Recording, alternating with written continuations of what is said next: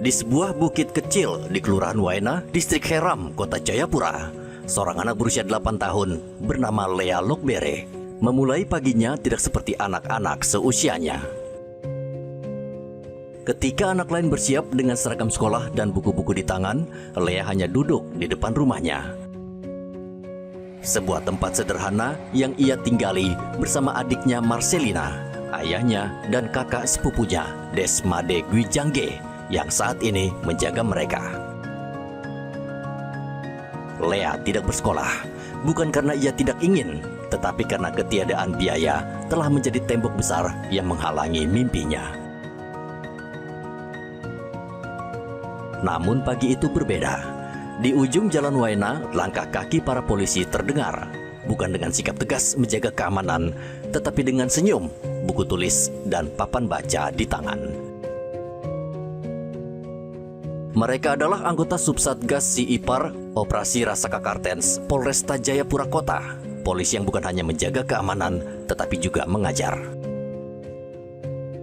Saat para poluan dan polisi tiba di halaman rumah, Lea dan Marcelina berlari kecil menyambut. Tawa kecil itu pecah, tawa yang mungkin jarang terdengar di rumah sederhana itu. Keduanya bahagia, seolah hari itu mereka akhirnya bisa merasakan kembali bagaimana rasanya menjadi murid. Sejak Maret 2025, Lea, Marcelina, dan 20 anak lainnya berkumpul di halaman kecil yang mereka sebut Rumah Belajar Waena.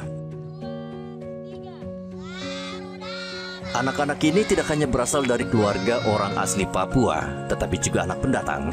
Ada yang belum sekolah, ada yang putus sekolah, dan ada pula yang sudah bersekolah, namun tetap datang untuk belajar tambahan bersama polisi.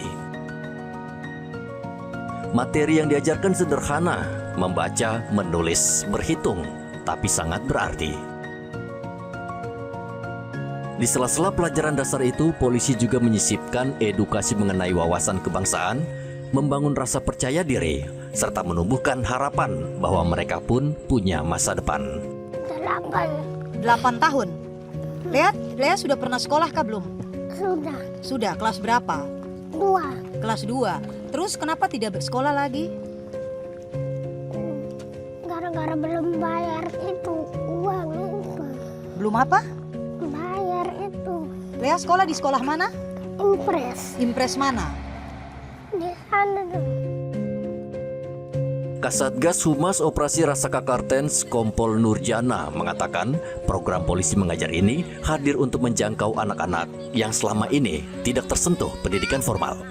Dari 20 anak tersebut, 8 diantaranya kini sudah berhasil masuk sekolah berkat pendampingan dan dorongan yang dilakukan polisi. Banyak manfaat yang kita lihat di sini.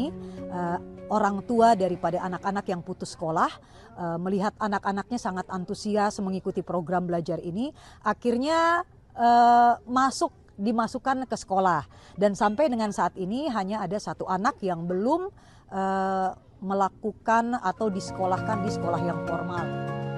Tak hanya dari polisi, dukungan juga datang dari keluarga anak-anak. Desmade Gwijangge mengatakan bahwa tanpa bantuan ini, banyak anak di Waena mungkin akan terus tertinggal dalam hal pendidikan. Program ini sangat bagus karena untuk membantu anak-anak untuk ke depan. Kita cuma mau ini sangat membantu anak-anak yang mungkin tidak mampu untuk ke depannya bisa seperti ini terus. Dan ini Di Papua, polisi kini tak hanya bekerja di jalan dan kantor. Mereka hadir di tengah masyarakat, mengajar, mendampingi, dan menjadi jembatan bagi anak-anak yang hampir kehilangan kesempatan untuk bermimpi. Program seperti ini sangat penting, mengingat masih banyak anak di Papua yang tidak dapat bersekolah karena ketidakmampuan ekonomi atau putus sekolah. Bagi Lea dan anak-anak lainnya, setiap kehadiran polisi membawa secercah harapan baru bahwa mimpi tidak harus padam hanya karena kemiskinan. Di rumah kecil ini, di halaman tanah yang tak rata, masa depan perlahan dibangun. Dengan pensil pendek, buku bekas, dan semangat sederhana yang dituntun oleh tangan-tangan polisi mengajar. Lea mungkin suatu hari nanti akan benar-benar memakai seragam sekolahnya sendiri. Bukan karena mukjizat, tetapi karena ada orang-orang yang lebih memilih untuk percaya bahwa setiap anak Papua berhak atas masa depan yang lebih baik. Arthur dan Rian Tonai melaporkan dari Kota Jayapura, Papua.